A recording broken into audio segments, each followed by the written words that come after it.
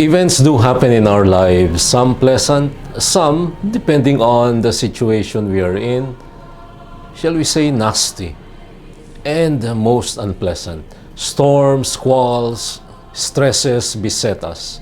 Problems plague even the most reserved, quiet, and peace-loving man or woman all over planet Earth. People in authority, being the most responsible, often suffer on account of the authority they hold. They are fair game to immature people's tendency to dump their unacknowledged and undefined negative emotions on them. People down the line, on account of their vulnerability, also become natural repositories of blame. How many times have innocent children or helplessly sick people or even the teeming masses of poor people been manipulated and capitalized on for the sinister ends of the more powerful, the moneyed, politicians, powerful, and the selfish and greedy technocrats in our society. Even Peter, I should say, the leader of the band of fishermen who just came in from a huge catering miracle, saw rough seas and equally rough times. Such was the sudden disorder that Elijah was faced with. The wrath of a vengeful Jezebel who was raring to make some heads roll for the slaughter of the prophets of Baal. Such too was the pain of utter disappointment on the part of Paul, who was expecting a little more enthusiastic response from his beloved compatriots, the Christianized Jews, many of whom gave no more than lukewarm responses to his proverbial apostolic zeal and love for them. And such too was the terror that filled the hearts of the disciples, tired but inwardly fulfilled after the hectic day, waiting on tables and catering to a ravenously hungry crowd of 5,000 people, not counting women and children. All they wanted, as the Lord prayed, was a quiet, unperturbed night's rest on the boat. But alas, such was not to be. An unforeseen and unpredicted squall shook their confidence to its very roots. They were terrified, to say the least. Our not too quiet lives can be marred by what appear to us often as worse predicaments. Jealousy, envy, unresolved angers of people's past directed to an undefined person from one's childhood could wreak havoc on one's otherwise peaceful existence. The hurricanes of national disunity, of political instability brought about by the squalls of selfishness and greed, along with that all too common tendency of people to get even and teach others a lesson for good measure, can rob anyone of peace and serenity. Even religious communities are not immune to such unpleasant surprises that spring from our basically sinful human condition. In such moments of confusing chaos, when weak people like us lose that much needed perspective, the first solution that springs to mind is really a non-solution, but a question begging for an answer. Where is God in all this? Where is God in all this? Elijah tried to look for him in power. God was not in the heavy wind, neither was he in the earthquake, and definitely nor was he in the fire. In our times of political uncertainty in the Philippines, discouraged as many people are with the self-destructive system that is Philippine politics, which to many people's mind counts as the single most potent cause of so much misery to so many people, mostly poor, our tendency is to blame God. Why does He allow such things to happen? Why doesn't He send fire and brimstone from heaven to banish evil men and women, read corrupt politicians, forever in our midst? Or corrupt churchmen, why not? Where is God in all this? Paul, who loved his own kindred so passionately, suffered anguish on account of that same love.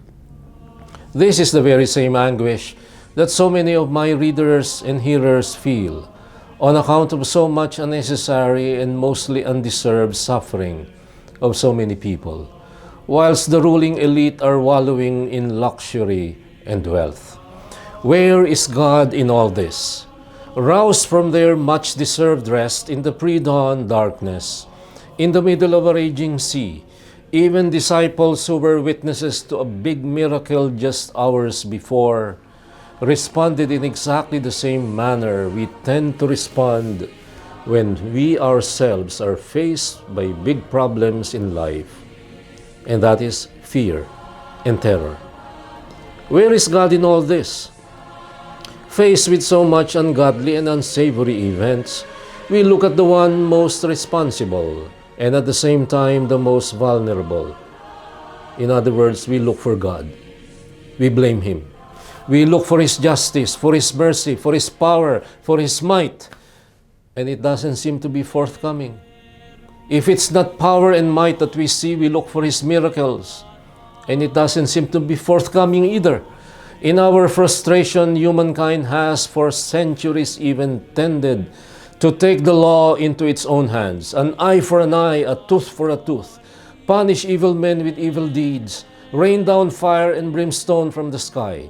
And unleash the full brunt of terror to unsuspecting passengers in trains and buses, or a city down south on a busy rush hour morning. Punish recalcitrant nations and focus on them the full fury of smart bombs, preferably the atomic kind, and maintain the balance not of power but of terror. Where is God in all this? Today, ironically, I would like to think that our passionate pleading question really comes deep down from a serendipitous flash of inspiration from God Himself. For suffering and confused people like us, where is God in all this? Indeed, the question that begs for an answer may be seen also as a question that has within it the answer that all of us are looking for. Yes, where is God for all of us in all this experience of pain and suffering and uncertainty? Where does our reflection in all the many times we attend Sunday Masses take us to? Does it lead us to vindictiveness? Does it bring us to see the hand of God that is quietly and subtly at work behind the scenes? Does it make us realize that this same God could use a little more of our cooperation and help, our participation and concern for the world in the spirit of Christian solidarity? Where is God in all this? I would like to rephrase the question. Where are we Christians in all this? Where are you? Where am I? Where are we when God needs us most? We have heard this so many times before. There is so much evil in the world because there are so few good men to counteract the effects of that same evil. Where are you? Christian soldier, in the face of all this, the gospel, though, is always good news. It is true all the more, all the way, always and for all time, especially today. Today that has enough troubles of its own, but with enough consolation from the God in Christ who is present where He is needed most.